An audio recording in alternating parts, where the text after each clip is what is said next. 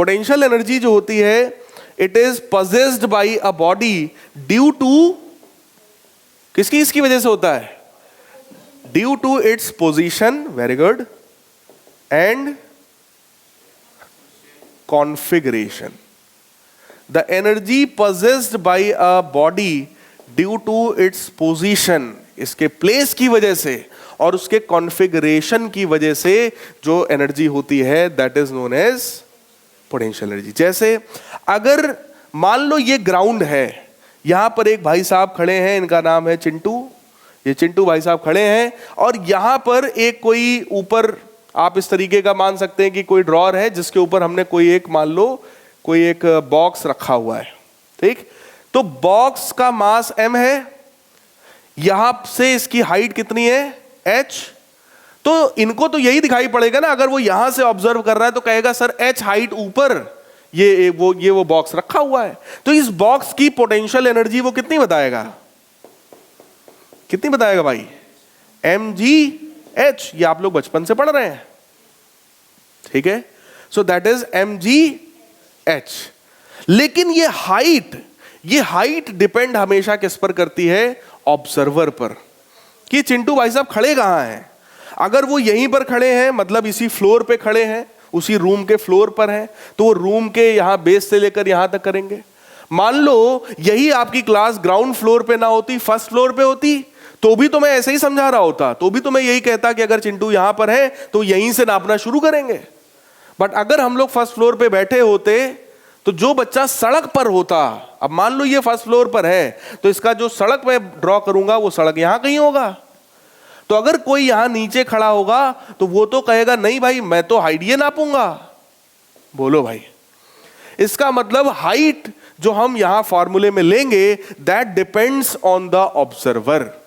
और इसी का मतलब होता है कि पोटेंशियल एनर्जी किस पर डिपेंड करती है? फ्रेम ऑफ रेफरेंस पर डिपेंड करती है. किस पर करती है? फ्रेम ऑफ रेफरेंस पर. काइनेटिक एनर्जी भी फ्रेम ऑफ रेफरेंस पर डिपेंड करती है, क्योंकि यहां पर भी ये जो वेलोसिटी है, ये वेलोसिटी हम लेंगे ऑब्जर्वर के हिसाब से. सोचो अगर आप मेरे साथ मेरी कार में बैठकर लखनऊ चल रहे हैं, तो जब आप कानपुर में मेरे बगल में बैठे हैं तो भी आप मेरे बगल में हैं, जब हम लोग पहुंच गए लखनऊ तो भी आप मेरे बगल में हैं, तो मैं क्या कहूंगा? ये रेस्ट पर है. लेकिन सड़क पर जो बच्चा खड़ा होगा वो तो यही कहेगा सर उस बच्चे को लेकर चले गए लखनऊ, तो उसके लिए मैं भी मोशन में हूं और दोनों मोशन में है. क्लियर है?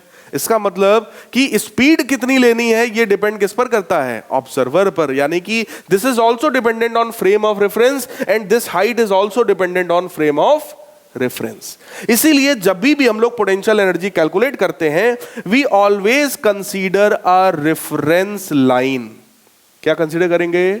Reference line. रेफरेंस लाइन का मतलब, अब आप ग्राउंड फ्लोर पर हैं, फर्स्ट फ्लोर पर हैं, थर्ड फ्लोर पर हैं, या किसी गड्ढे में बैठे हैं, हर जगह से आप इसी रेफरेंस लाइन से ही हाइट नापेंगे.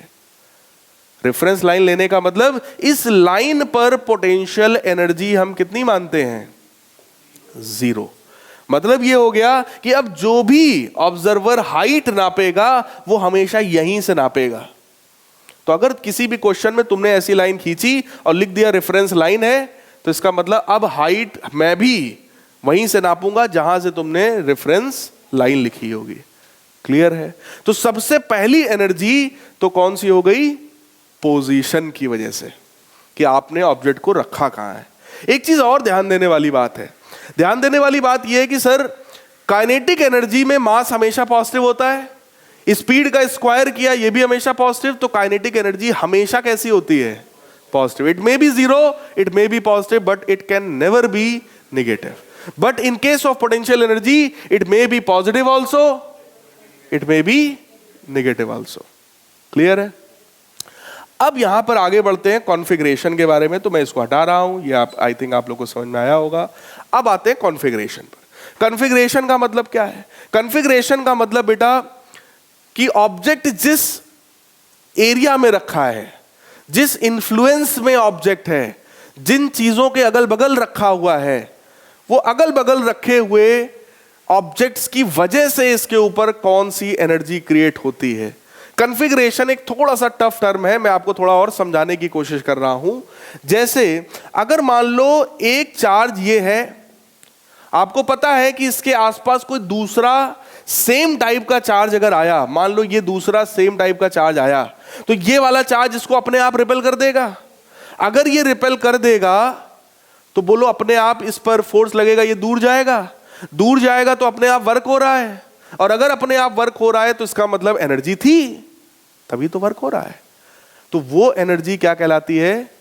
कॉन्फ़िगरेशन वाली पोटेंशियल एनर्जी। कुछ बात समझ में आई?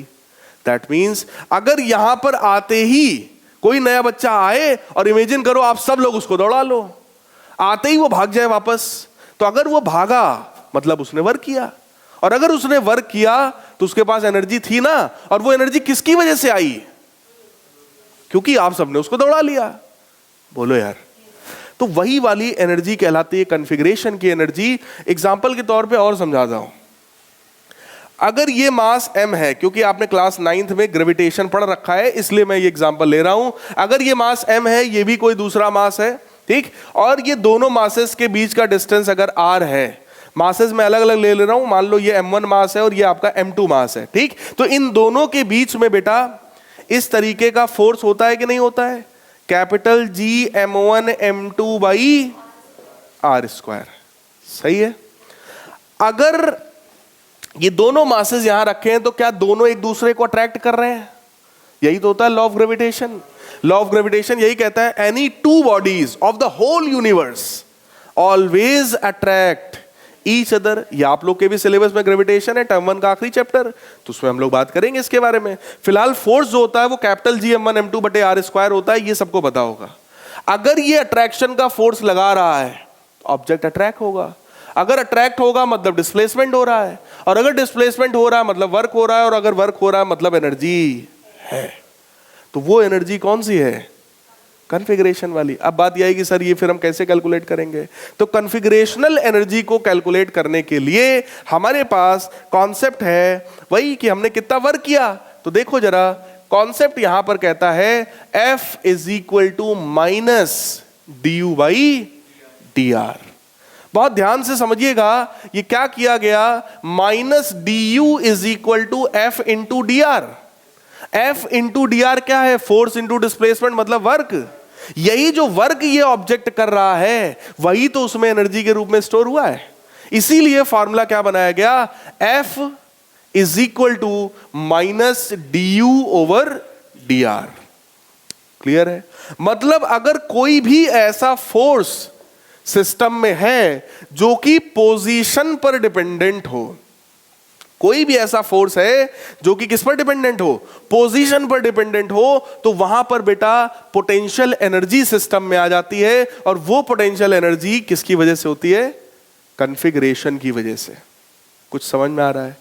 मैं इसी को देखो थोड़ा और करके तुम्हें दिखा रहा हूं, देखिएगा ध्यान से। मैंने ये फार्मूला आपको बताया F is equal to minus du by dr, और इसका सेंस भी मैंने आपको बताया कि अगर जो फोर्स है that depends on position, force depends on position of the particle, मतलब पार्टिकल इस जगह पर है तो अलग फोर्स, जैसे ही आगे बढ़ा फोर्स चेंज हो गया, और आगे बढ़ा फोर्स चेंज हो गया। मतलब अगर फोर्स पोजीशन पर डिपेंडेंट है तो वहां पर कॉन्फ़िगरेशनल पोटेंशियल एनर्जी होगी। जैसे अभी हम लोगों ने ग्रेविटेशन में देखा था कि फोर्स की वैल्यू कितनी थी? Capital G m1 m2 by r square थी, ठीक। सोचो जरा, अगर वो ऑब्जेक्ट ऐसे बढ़ रहा होगा तो कुछ ना कुछ पोटेंशियल एनर्जी उसके पास रही होगी, क्योंकि वो वर्क कर रहा है। और उस पोटेंशियल एनर्जी को अगर मुझे कैलकुलेट करना है तो मैं कैसे कैलकुलेट करूंगा? Minus F D R. बताओ भाई, माइनस का F D R. Clear? So minus force की वैल्यू कितनी है? G m1 m2 by R square times D R, ये वैल्यू थी du की। इसी को दोनों तरफ इंटीग्रेट करो। du का इंटीग्रेशन क्या होगा? u माइनस जो कांस्टेंट है निकालो बाहर, तो G m1 m2 कांस्टेंट था, बाहर हो गया। अंदर क्या बचा? r की power minus 2 dr। Clear? r की पावर माइनस 2 का इंटीग्रेशन क्या होगा बेटा? कितना होगा, आर की पावर -1 अपॉन -1।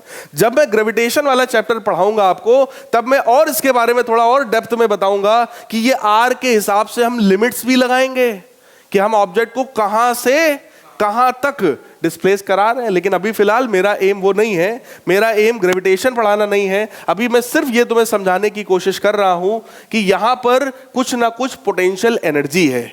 किसकी वजह से है? क्योंकि जो फोर्स है, ये फोर्स किस पर डिपेंडेंट है? आर पर, पोजीशन पर डिपेंडेंट है, इसलिए कॉन्फ़िगरेशनल एनर्जी है। और माइनस माइनस हुआ प्लस। और चेक करो, इस कॉन्फ़िगरेशनल पोटेंशियल एनर्जी का फॉर्मूला हमारे पास कितना आया? Capital G m1 m2 by R. जब ग्रेविटेशन वाले चैप्टर में हम लोग पढ़ेंगे तो हम लोग इसको इन्फिनिटी से लेकर आर तक इंटीग्रेट करेंगे कि हम किसी भी ऑब्जेक्ट को इन्फिनिटी से उठाकर आर तक लाते हैं। ठीक, जब इन्फिनिटी से आर तक लेकर के आएंगे तो यहां पर एक माइनस अपने आप आएगा। तो जब मैं ग्रेविटेशन पढ़ाऊंगा तब उसके बारे में बताऊंगा। फिलहाल इतना तो आपको समझ में आया होगा कि अगर कोई फोर्स डिपेंडेंट ऑन पोजीशन है तो कुछ ना कुछ उसके पास पोटेंशियल एनर्जी होती है। इसी तरीके से